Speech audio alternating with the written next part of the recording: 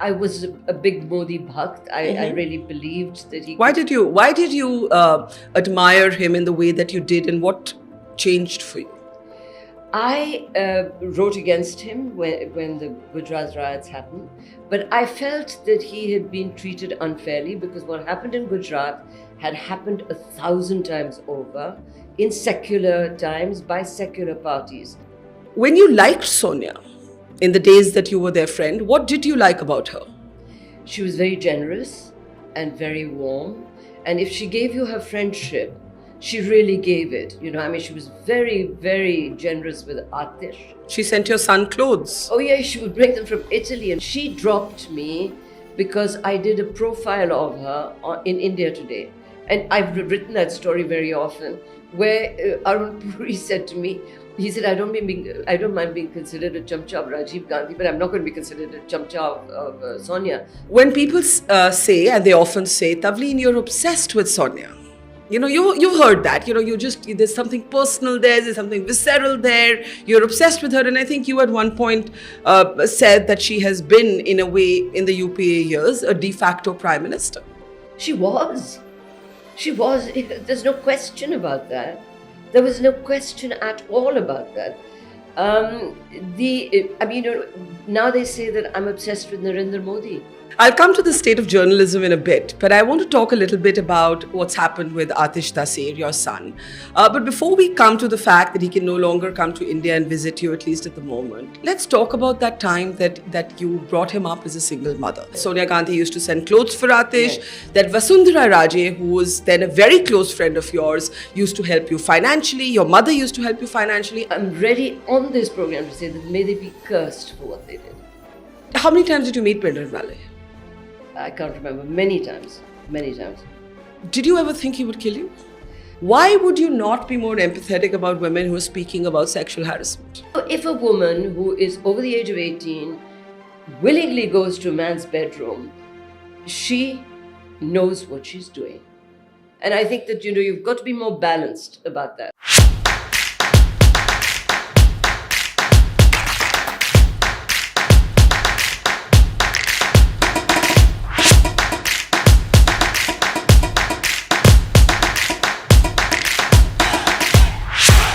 One of the most used and abused phrases in our political lexicon was coined by you. I don't know how many people know Lutyens Delhi, the idea of Lutyens Delhi.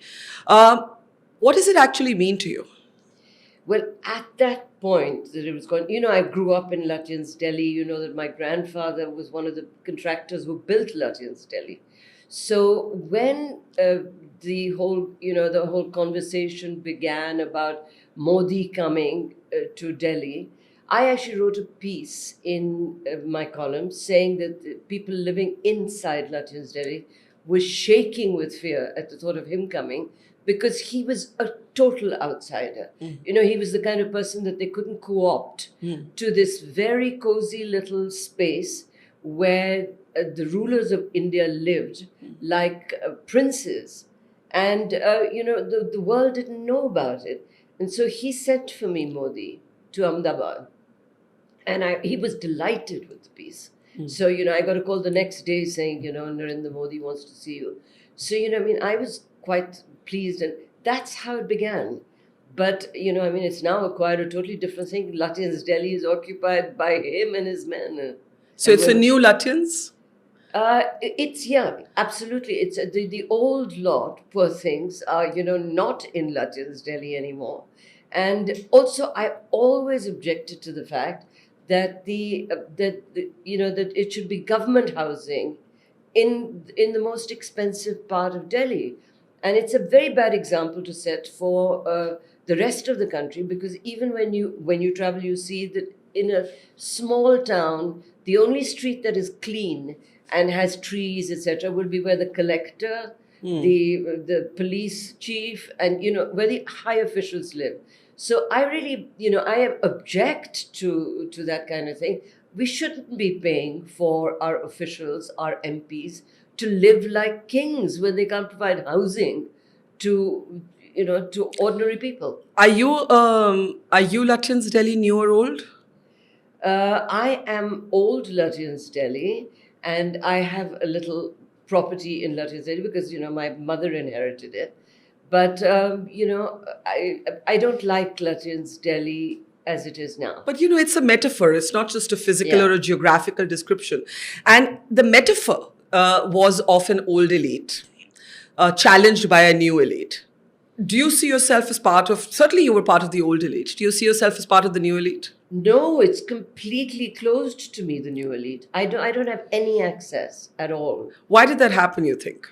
I think that when, I was a big Modi Bhakt. I really believed that he Why did you admire him in the way that you did, and what changed for you? I wrote against him when the Gujarat riots happened, but I felt that he had been treated unfairly because what happened in Gujarat had happened 1,000 times over in secular times by secular parties. For me, one of the worst incidents, other than the Sikhs, which I actually was witness to, was the Hashimpura incident. And all of these things, in that, what happened, the what is it called, the PAC? And it was on the watch of the PSC that all of this happened. No, I mean, the the police led it. It was I don't know what The it's called. provincial armed or constabulary, whatever. yes. They arrested Muslims in Meerut, in the Hashimpura area, put them, and the youngest was 13 years old, the oldest was 70, put these men into a van and shot into the van. And, I couldn't believe that such a thing could happen in India.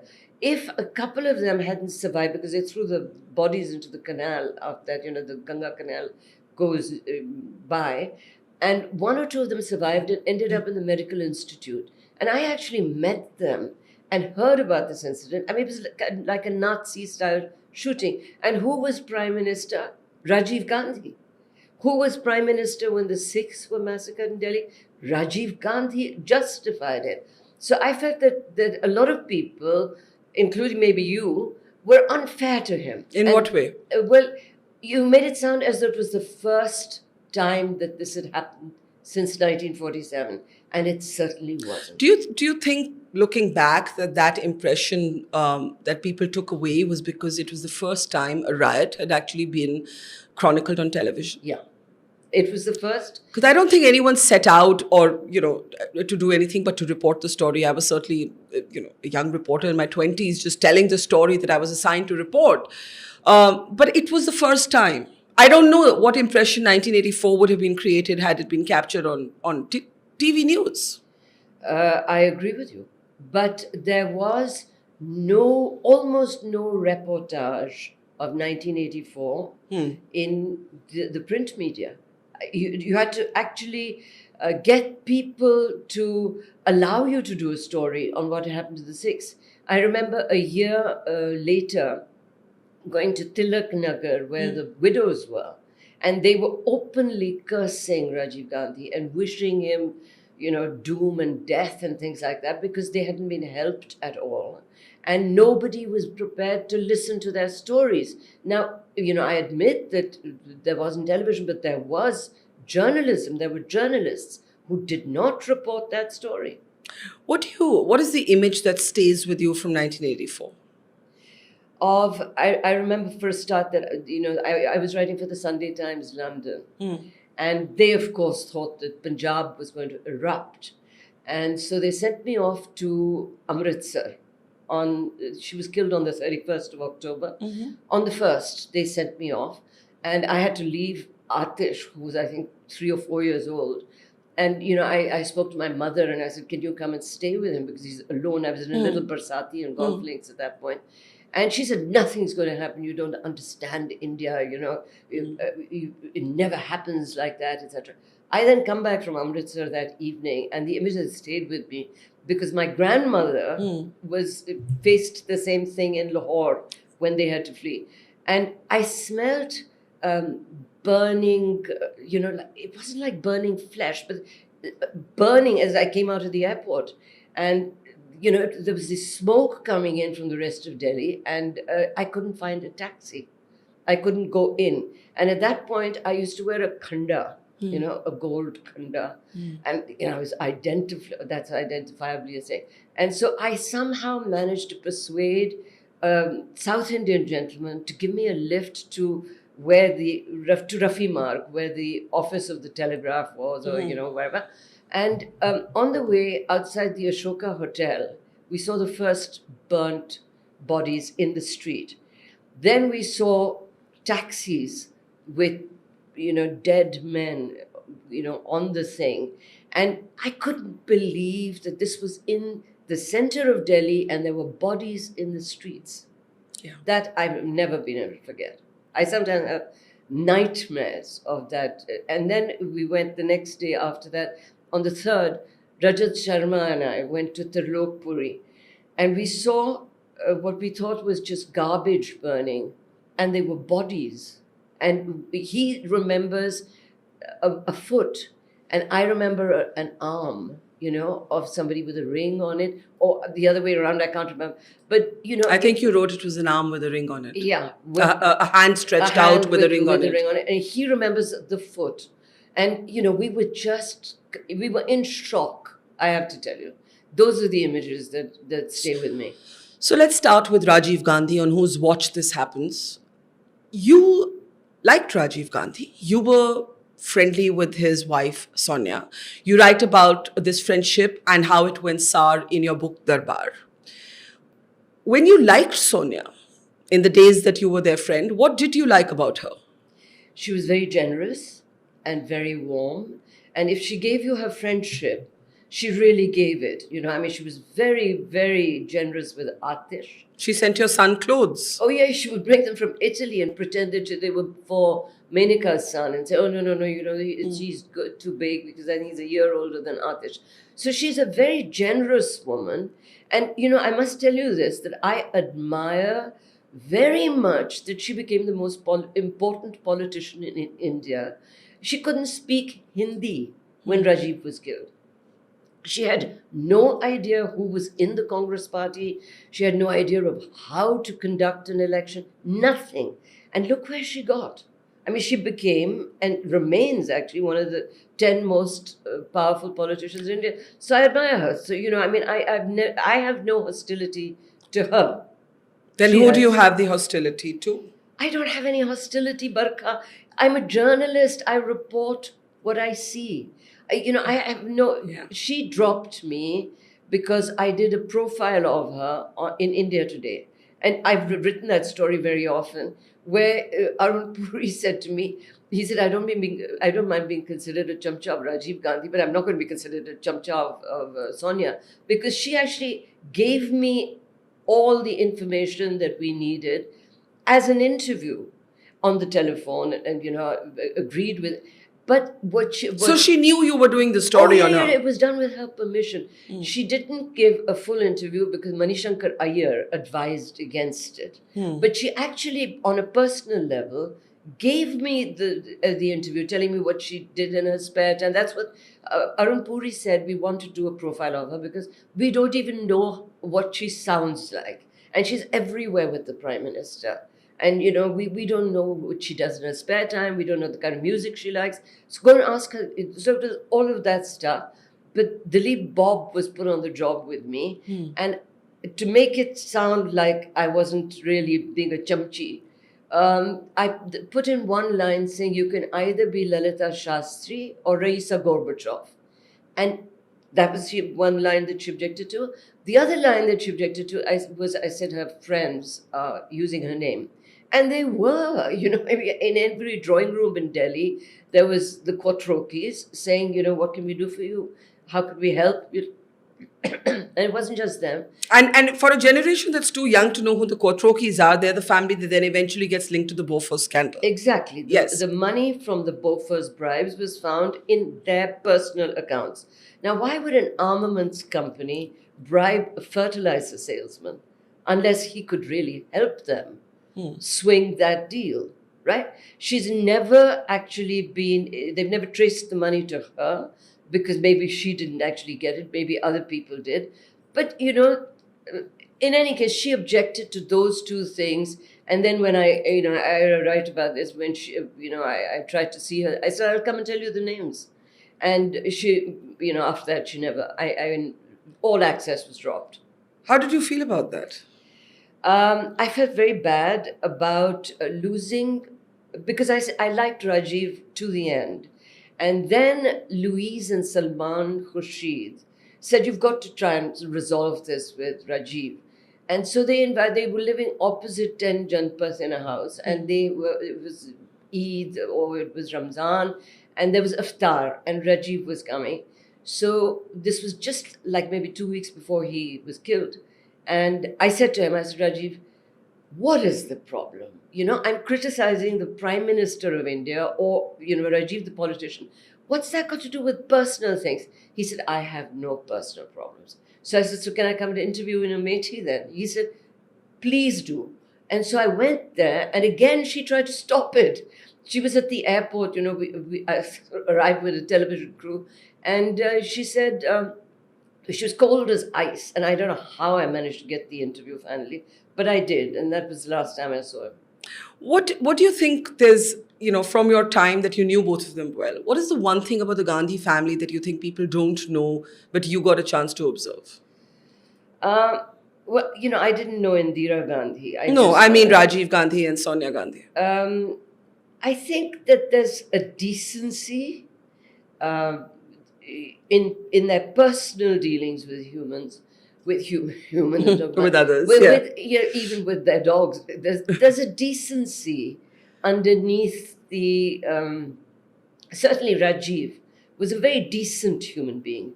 I think that he was a terrible politician, and I think actually Sonia has been a more successful politician. So I think that really the decency is what people don't often see. But, I don't know the children, so I don't know whether they have it. When people say, and they often say, Tavleen, you're obsessed with Sonia. You've heard that. There's something personal there's something visceral there. You're obsessed with her. And I think you at one point said that she has been, in a way, in the UPA years, a de facto prime minister. She was. There's no question about that. There was no question at all about that. Now they say that I'm obsessed with Narendra Modi. I met somebody the other day who said, your column is just garbage because all you're doing is attacking Modi, and Modi has done so much for India. So, it goes with the territory. I actually try to be as honest as I can about what I'm writing or, what I'm saying. And, I feel quite disappointed that people think it's personal. There's a photograph of you presenting one of your books to Prime Minister Modi. And clearly at that time, you are still, I'm not saying that you only present books to people you admire. In public life, as a journalist, we meet all people from all walks of life. But you clearly did on record admire him. You Absolutely. were a Modi fan. Yes. I still am, actually. You are still a Modi fan? Yes. I believe that he has done a great deal for India in the past 9 years.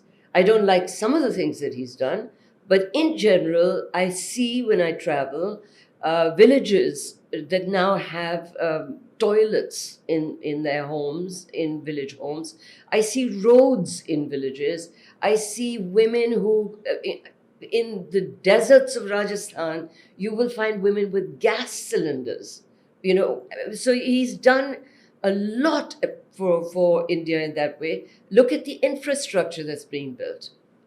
I've never seen this scale of improvement. So I admire all that, but I don't admire the divisions he's created in India, and I find them very dangerous. So, what was the turning point for you when you moved from being an admirer to being what is how would you describe your I think the killing of Akhlaq started it. I think that was 2016. Yeah.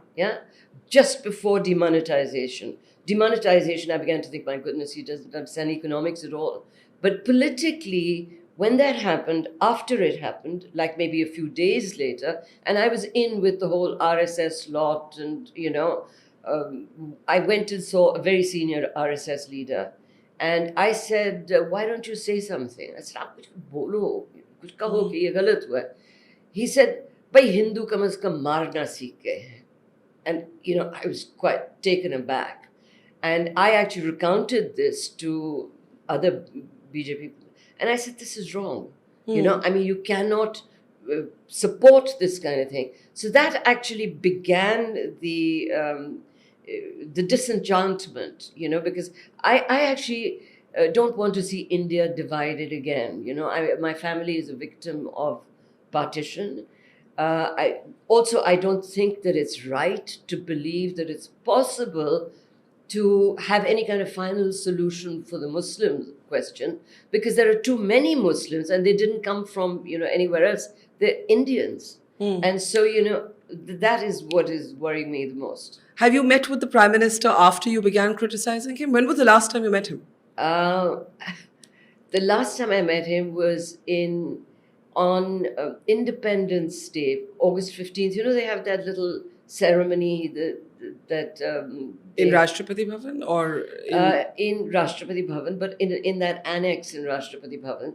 And so we were all standing in line. There was me and Kumi Kapoor and a few other people, and with other journalists. And he was very charming to Kumi and virtually ignored me.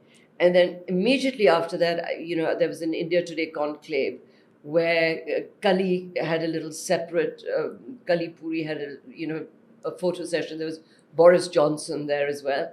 And they put Ajit and me in that photo. And again, he said to Ajit very charmingly, "Kaise ho Ajit bhai?" Ignored me as if I wasn't there. And did you say anything? Well, I did. Namaste. What is there to say? I mean, you can't drop the Prime Minister of India. He has to drop you.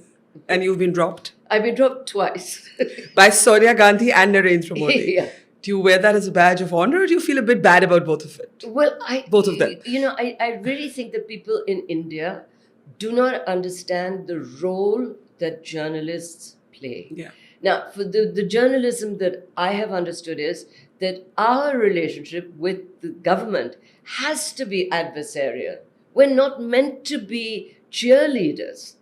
And, it's very worrying that most of the media at the moment have turned into cheerleaders. Yeah. So, all I was doing was my job in both cases, and I got chucked.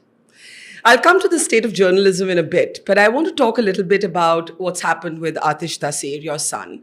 But before we come to the fact that he can no longer come to India and visit you, at least at the moment, let's talk about that time that you brought him up as a single mother. You wrote in your Indian Express column when you spoke about the fact that his OCI card had been cancelled, that you would not advise any woman to be a single mother. You spoke about, in that column, I actually read that Sonia Gandhi used to send clothes for Atish, that Vasundhra Raje, who was then a very close friend of yours, used to help you financially. Your mother used to help you financially, and they were terribly tough years. One, you were a single mother. Two, you were a single mother to a child whose father was Pakistani and a very well-known Pakistani. What was that phase like?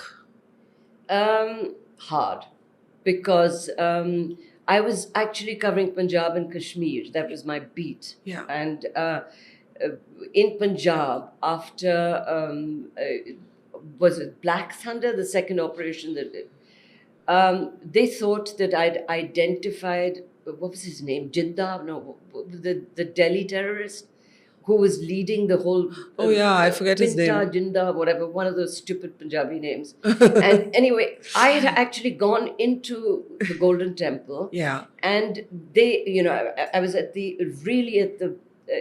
I was encouraged to go in by the CRPF, who wanted to know what was going on inside. So I became a victim of this thing, and I was at the farthest point from the exit when suddenly these bells started going, and I thought ceasefire is over, and I couldn't get out. So I saw these guys, Pinta, I think his name was, and they actually said to me, "Come, aao sade naal, assi itthe luke hoye ne," and they were in one of the bungas. And they took me there, and I chatted to them. And I said, "Kar kyun rahe ho?" We had a little chat. And then after that, when they were forced to surrender by that strategy of KPS Gill of actually starving them out. He came out, and I was with an India Today photographer next to Prashant Panjab. Panjab, yeah. And Prashant said to me like that, pointing to him, and I said, I mean, it was just a gesture, we didn't even speak. And 2 minutes later, he took cyanide. Wow. And killed himself. So then after that, I was under these death threats. And, I went to Bhakt Singh, who was Home Minister at the time. And I said, how can you help me with this? And Atish was born at this time? Atish was at that point 7 years old. Okay. And he said, you've just changed the route that your son goes to school and all this. So, there were times when I thought, I'm going to be killed with Atish. And so, that was very difficult. And I was living with my mother, with whom, she's a difficult woman. She loves Atish, but I've had a very difficult relationship with her. So, I was obliged to, to actually try to protect him from my journalists. And you weren't called anti-national because you had an affair with a Pakistani? No. At that point, it was not considered such a bad thing to do. It was perfectly normal. I have many Pakistani friends to this day. It's only now that we've started to think of Pakistanis as demons. At that point, it wasn't such a big problem. It was for my parents, and because you came from a Fauji family. And I also come from a Delhi Punjab, family. And Punjabi, all of that. My grandmother refused to meet him. Refused absolutely. The him is Salman Taseer. Yeah. My mother insisted on having a little kind of reception where she called all her family, who'd gone to school in Aitchison and all that. So they kept saying, who is this man? Because there was a kind of a marriage, I don't call it a real marriage because I don't think it ever was. But there was a reception here, and within minutes of they were ringing their friends in Lahore and saying, "Kaun hai banda?" Because they didn't know him. And then once the news came to Pakistan, Salman somehow thought that he could have two lives. One with me and one with his. He couldn't actually marry me legally. Even if he had married me, it would have been illegal because in Pakistan you need your first wife's permission, and they were in the process of a divorce, and no Pakistani politician can have an Indian wife. So but it was kind of complicated situation. But I'm thinking of you. This is what, the 80s? Atish was born in 1980. So late 70s, Yeah. beginning of 80s, as a woman in media, having an affair with a Pakistani, becoming a single mom, this couldn't be the convention. Were you judged? Did you feel judged? And did you feel bitter? Did you hold your head later and say, oh my God, not Atish, of course, but did you look back at that relationship and look at it as a mistake, or did you just look at it as a part of life? I was in love. You fall in love, and what's wrong? But you look back at love differently also sometimes. I was very disappointed that Salman was such a coward about the whole thing, and that he didn't actually acknowledge that Atish was there until Atish forced him into this. When he was 21, he went to Pakistan for the first time. Yes, and wrote about it. And moving. sought him out. And wrote a book about it. Atish can never keep any secrets. That's the big problem. I warn you, never tell him anything that you don't want the whole world to know. And anyway, so, no bitterness? No bitterness? No. I don't have that in my... I don't believe that you should be bitter Did you keep in touch with him? Did you co-parent Atish at some point when he finally acknowledged? Well, Atish was quite old then, 21, I think. Yeah, no, Atish got on very well with him, and he's very close to his sister, who lives now in Scarsdale, New York. Very close to both his sisters, and they went on holidays together and everything like that. But I was not, I was already with Ajit, and I never actually. I saw Salman maybe once after that. And that was also just because Benazir Bhutto, there was a coup, and he tried to ring me and say, let's meet in the evening. And I thought, no, this is too much. So, I never saw him. Vasundhra Raje helping you through this period, a very close friend, did not remain a close friend? Vasu has been, again, it's a complicated story. She was very bitter about Atish writing about her. He did a book called Temple Goers, in which there's a Maharani type figure, and but after that she forgave him. And he said, Vasumasi, I'm not going to apologize to you because you make a great literary character. So she was quite flattered. And we went off to this Satguru's ashram together after Salman was killed. And, everything was okay until, the problem with politicians and politicians who are royals is that they're very kaan ka kacha. And there was a group of people around her who kept poisoning her. But, I mean, we have distances, but I still think of her with friendship, I mean. And she stood by you in tough times? Yes. What was the toughest thing about being a single mother? The money. I never earned enough to be able to, if I didn't have the help of Vasu, my sister, other people, it was financial. And today, to not be able to see your son because he's being described as a Pakistani and therefore the rules are different, have you learned to cope with it? I think what has happened to Atish is horrible. It is, it's one of the things that should happen to nobody. Because for a start, the whole thing, they're lying, and now they lie about it openly on social media. The story is that when he turned 18, before that, he lived his entire life in India. When he turned 18, I went to the Khan market, the FROC, whatever it is, the Foreigners Registry. And I said, Ji, ab visa iska kya kare? They said, Ji, PIO bana do. I said, wo kya hota hai? And they said, Ji, person of Indian origin. And they asked me for his father's name, etc. And I gave everything. I said his father's name and, the whole works. And at that point, I don't think there was this Pakistani rule. And then in 2016, he rang me and said, they're asking what nationality Salman was. And I said, say British, because I think he had 2 passports. He was half English. And, he used to come in and out of London and buy property and stuff. So and Pakistanis are allowed 2 passports. So I said, say British if they're saying, you can't be Pakistani. And he did. And that's what they're saying. Oh, he lied about it. And, now you have people like Sambit Patra on Twitter. I wish I had the money to sue him, saying that he was a trained ISI agent. Did he say that? On Twitter, there's a tweet. Trained ISI agent. I mean, for goodness sake. Because that means that I am an ISI agent, right? You didn't go to court against this order. You didn't think you could win?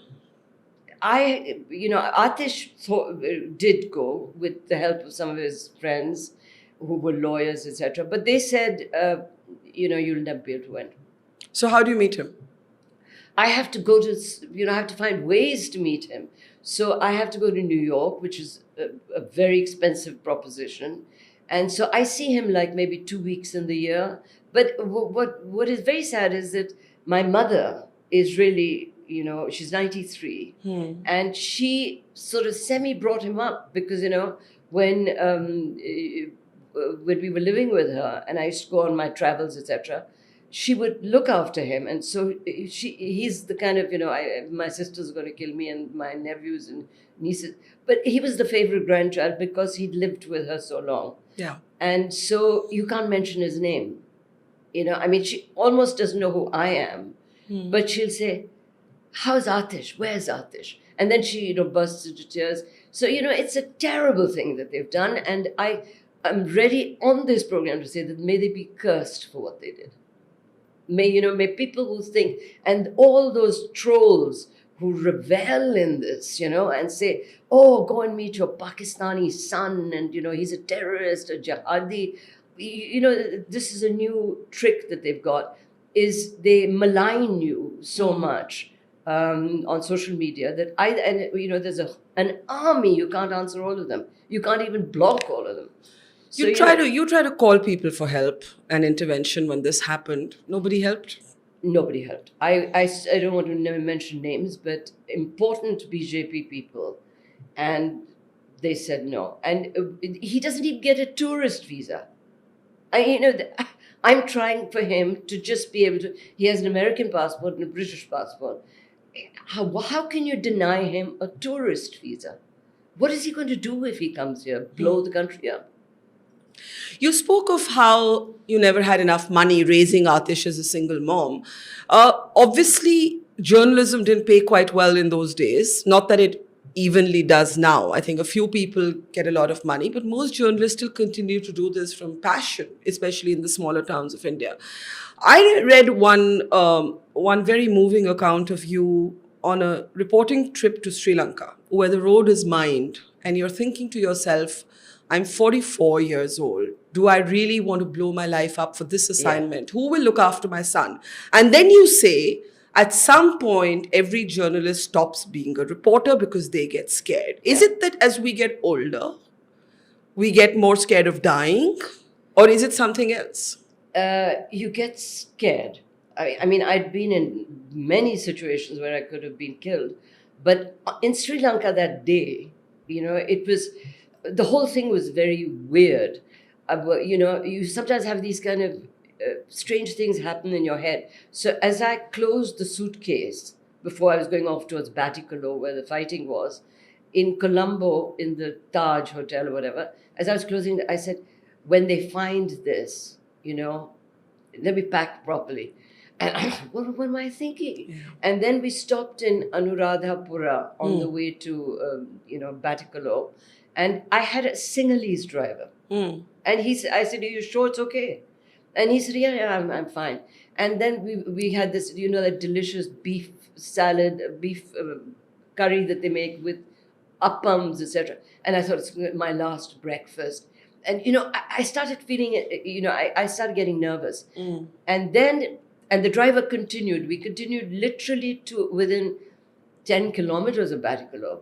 And then we saw these people fleeing and in trucks. And they said, don't go, it's terrible. And I was so relieved. And after that, I thought, I better stay out of war zones. Did you think Jarnail Singh Bhindranwale would kill you at some point? And again, for the context of our younger viewers, he was, of course, one of the most dreaded terrorists of his time, created, ironically, again by the Congress government of the time, by Indira Gandhi, and so on. You did some absolutely stellar work from the field on Punjab. How many times did you meet Bhindranwale? I can't remember. Many times. Did you ever think he would kill you? The last time I met him, I thought we were in danger because Sandeep Shankar and I were up there. And I've said this before, the story is a strange one. I came back from a dinner party and I was wearing a mukesh ka dupatta and chamkila salwar kurta. And Cable Saab was sure that there was going to be Blue Star was happening the next day. So we literally didn't even have time. I didn't have a toothbrush. I bought it on the way there. And I was the only woman. He was holding a meeting on the langar, in the Golden Temple on the chat of the langar on the terrace. And suddenly he noticed me. I was not inconspicuous. And he sent for me. And he said in Punjabi, where he never spoke any other language, he said, Bibi Ethia, calling me right to the front. And everyone was armed. Everyone had machine guns and whatever, automatic weapons. And he said, Tu hi hai na, jisne likhya si ki tanu Sikh hon ti sharam aandi hai. I'd written a column. And why had you said that? When I first went there, I came back and I said, this is not the Sikhism that I was brought up with. Right. And I did a column, and that got translated into all the Punjabi papers, etc. And I thought, my God, I've had it. Because, for a start, it was really on the verge of and the Golden Temple was completely fortified at that point. And I got out of it by saying, nahi main likhya si ke darbar sahab de andar inne hatiyar dekh ke mainu sharam aayi hai. And he said, hatiyar rakhan da haq hai, Guru Gobind Singh ne sanu ditta. I said, is tarah de hatiyar. And then he got off, flounced off and went away. And Sandeep said, Tavleen mar gaye. And I said, inko sabko nikalne do, hum baad mein jayenge. So we waited for all these young men to go down. And then at the bottom of the stairs when we walked down, Harminder Singh Sandhu, who was one of his lieutenants, said to me, he said, "You're very lucky that you're a Jat Sikh woman." He said, "We don't kill Jat Sikh women." Oh. At that point, they weren't killing Jat Sikh women. So I suppose I got saved for caste reasons. When you saw sort of the Amrit Pal story, who sort of molded himself, at least in a sartorial way, to be the next Bhindranwale, you said that you felt there were shadows of the past and the same mistakes might be made. Do you feel that we understand everything with what happened? Who was this Amrit Pal Singh? Where did he come from? What was his story? He certainly ran a private militia. We have the pictures. He certainly surrounded himself with men who were armed with automatic guns. What did you make of that whole episode? I don't think he had any support on the ground. But, I'm actually very puzzled. I don't want to make allegations. But I just hope that he wasn't put there by someone. Because, it's very mysterious. They arrest his driver. They arrest everyone around him. And not him. And also what is very puzzling is, as his father has gone on record to say, if they wanted to arrest him, they could have come here last night. He was here. Yeah. Why did they allow him to come out in a procession and all that sort of business? So, there's something that we don't know about this story. And I'm very happy that Punjab hasn't exploded. But, was there someone in Delhi who stupidly thought that they could discredit the AAP government in Punjab? I don't know, but it's not good. In the last few minutes, let's talk a little bit about, you've spoken about some of the challenges, but most of them have been personal. They've been not enough money, danger, and professional danger to life. What about being a woman in journalism at your time? Was it tough? Yeah, there were very few women in journalism. When I joined the Statesman as a reporter, only men did night duty. There was your mother. There was Usha Rai. I can count them on the fingers of one hand. There was Nandini Singh. Vikram Chandra's mother. Yeah. Yeah. There was... And in any case, the women in the Statesman did... flower shows and cinema reviews and book reviews and all that. And I said, why can't we, why are you discriminating against us? Why can't we do night duty like the men? And, that was the reason actually, because men were paid the same as us, I think.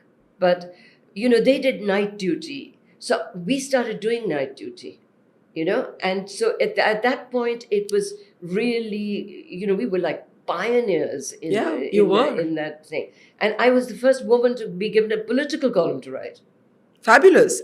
And then maybe that explains why so many women were surprised when this entire MeToo sort of debate takes place in India. A number of women come out, they take on a number of men in public positions. MJ Akbar has to quit on account of how many women actually come out and say that they were harassed by him. And you take a very different position. You and I have an argument at the time. I said something, you wrote a column rebutting me. Obviously, none of it was personal. And I think that's actually the great thing about you, that you're able to disagree in a convivial way, and too few people are. But I want to understand why a pioneer who broke barriers, who was a trailblazer, remains someone who doesn't pull her punches. Why would you not be more empathetic about women who are speaking about sexual harassment? What I objected to about the Me Too movement, and I actually said then it's going to die because it's an imitation of what's going on in America. And any imitation doesn't work.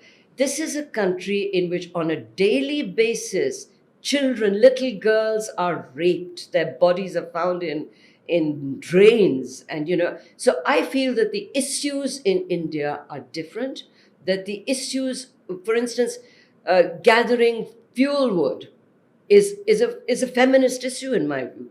Why do women not raise that? A woman in a village in India still has to go miles to get water. So she can't be educated. The little girls are doing all this sort of work before they're allowed to go to school. They're married off to old men, all that. Those for me are India's real feminist issues.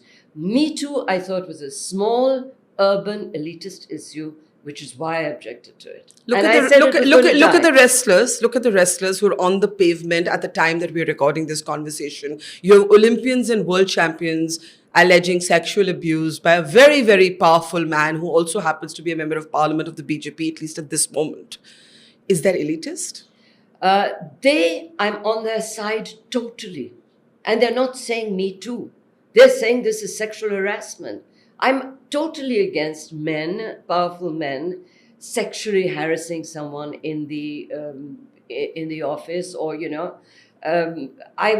would stand with any woman who had to face that. But I thought the Me Too movement was really just a very small little, a copycat movement. And I said then it would die, and it's died. Let me put it to you a little bit differently. You are quite right in saying that there are millions of Indian women who have basic existential challenges in their daily lives. And I agree with that. But is it either or?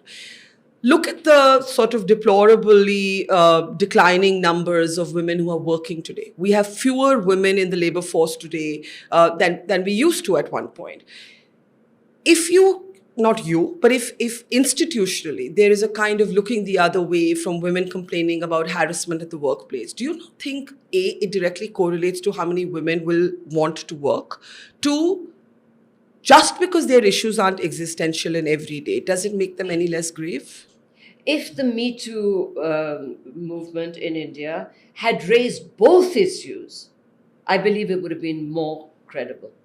They don't raise these other issues. All the big feminists in India don't talk about those women who really faced, who really face existential issues, who are being raped and murdered and all that. So, they didn't do that. They just raised this, it was a group of journalists, actually, the women who made the noise. And also, I thought that, I just thought that there were women who'd got involved in it who were wrongly charging men with, you go up, for instance, no names will be mentioned, to a man's bedroom and then say, oh my goodness, he tried to rape me. I think that's what wrong. If you're forced to come to the man's bedroom You're and you not think your job forced. depends on it? The women that made all these allegations, they were jumping on a bandwagon. One woman charged Chetan Bhagat, for instance, with, and I think that he may have tried to kiss her or something like that. And, the charges didn't stick. But I'm just saying to you that, there were women in this. If a woman who is over the age of 18 willingly goes to a man's bedroom, she knows what she's doing. And I think that, you've got to be more balanced about that. I'm just questioning you on that word willingly, because if that man is her boss, and she doesn't think in the lobby. Anyone can say that. She doesn't think she has the space to do that. She's scared. It's probably her first job. Look, I'm hypothesizing. I'm not talking about anyone in those situations. And I was just going to ask you that. Have you faced harassment, bullying at work by a male boss? Yes, by more than one. And I've faced, as you may have done as well, sources. You go to a man's room in a hotel, and suddenly, he thinks that you're there for some fun. So, I'm in a hotel, when they see you going up in the lift to a man's room, then all the staff down there also think that, so there is all that. But, you can deal with that. I think that it's there. I've dealt with it. I got punished for it. I, lost my job once. Isn't that harassment? That was harassment. But you carry on, and I got a better job and moved on. Okay, we can debate this forever. Let me ask you in the end, if you had to be a journalist today, you're a young woman today, studying in college, you're looking I'm an old woman today. Let's imagine that you're young, and let's say that you're young even today. But let's say you were a college student today. You're looking at the state of media around you today. Would you still want to be a journalist? No. Because the media That's one of the things that I hold totally against Mr. Modi, and I'm actually surprised that continues to do this. There's a case against the BBC now for that documentary. And, it's very hard to understand why he's thin-skinned. He's being celebrated all over the world as a great leader. At the moment, there is almost no chance of him being defeated next year. So why is he so thin-skinned about the media? And frankly, I've seen journalists, particularly in television, whose bosses I've worked with, etc. And I cannot understand why they've become cheerleaders. I can understand actually Arnab Goswami, because he's not a cheerleader. He is a propaganda channel for Narendra Modi. That I think is fine. But if you're pretending to be doing real journalism and then, cheerleading, that I think the media has never been in more docile and obsequious. Should we blame Modi for that, or should we blame the media? Is it something else? Is it revenue models broken? Is it wanting access? Yeah, the pressure on television channels is huge, as you probably know. Yeah. People, you don't get a second job in television if you go against him. But look at the way media trials were held for Aryan Khan, for Riya Chakrabarti. And it was the media, it was all on television, deliberately done. That to me is shameful. I read once that you asked the Prime Minister or someone in his office, why don't you do press conferences?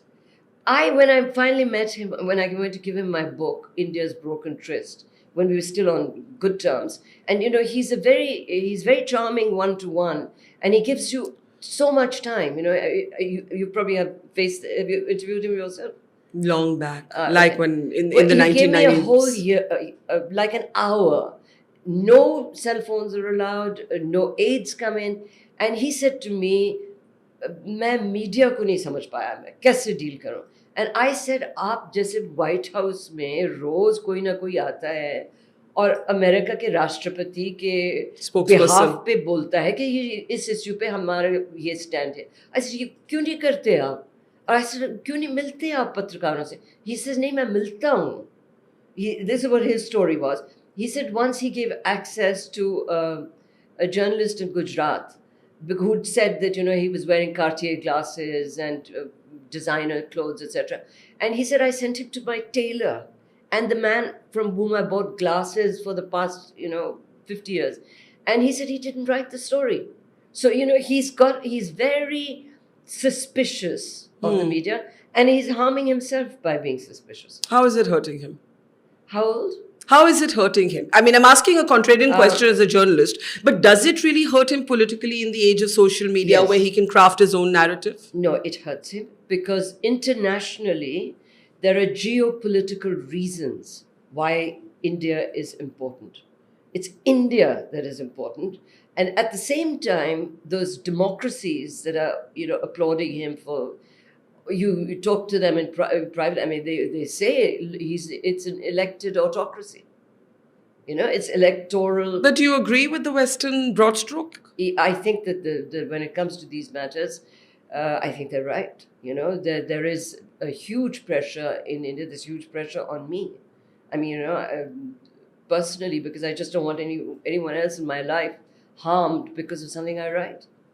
Did you watch what you say? Do you censor yourself? I have to tell you something.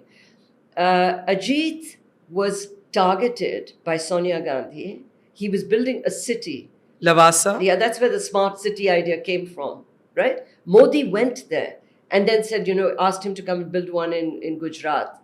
Sonia closed it down without an environmental assessment done. And he actually had reforested, denuded hills with, like 1 million trees and, really put his heart and soul into this city. And she did that. And people say that it's partly because of what I was writing. And at that point, her friends were going around the drawing rooms of Delhi when they were still occupying Lutyens Delhi, saying we're going to close this woman's column down. So, They were a little bit more subtle, but it was not that different. So let me ask you this. With your partner in business and your son in exile, do you censor yourself? Yes, I have to. So we're seeing a censored version of Tavleen Singh in her columns. Yes, you're seeing a much more careful version than I would like it to be. How does that make you feel? Not so good, but the choice is to give it up altogether, and it's pretty well read. So It is. In the end, there are these words from your book Darbar that really stayed with me, and I think you mentioned something about the ruling class of India, of which you consider yourself a part, have let this country down. And you said the politicians, I'm summarizing here, it's not the exact language, the politicians have let India down, but you feel so have you as a member of that ruling class. How have you let India down? We have let India down because the things that we should have been doing, education, public education, healthcare, we knew that we had privileges that were not available to the ordinary Indian, and we didn't give a damn about that. And we knew that we were privileged because we spoke English, but we knew that we could that was keeping out the vast majority of Indians. Modi has sensed that, and we paved the way for Modi. When you say we, you mean the old Lutyens Delhi. The old Lutyens Delhi. We end this conversation where we started. Long may you, Tavleen, offend everybody across ideological trenches, because what would be the fun otherwise? Well, I'll try. Thank you.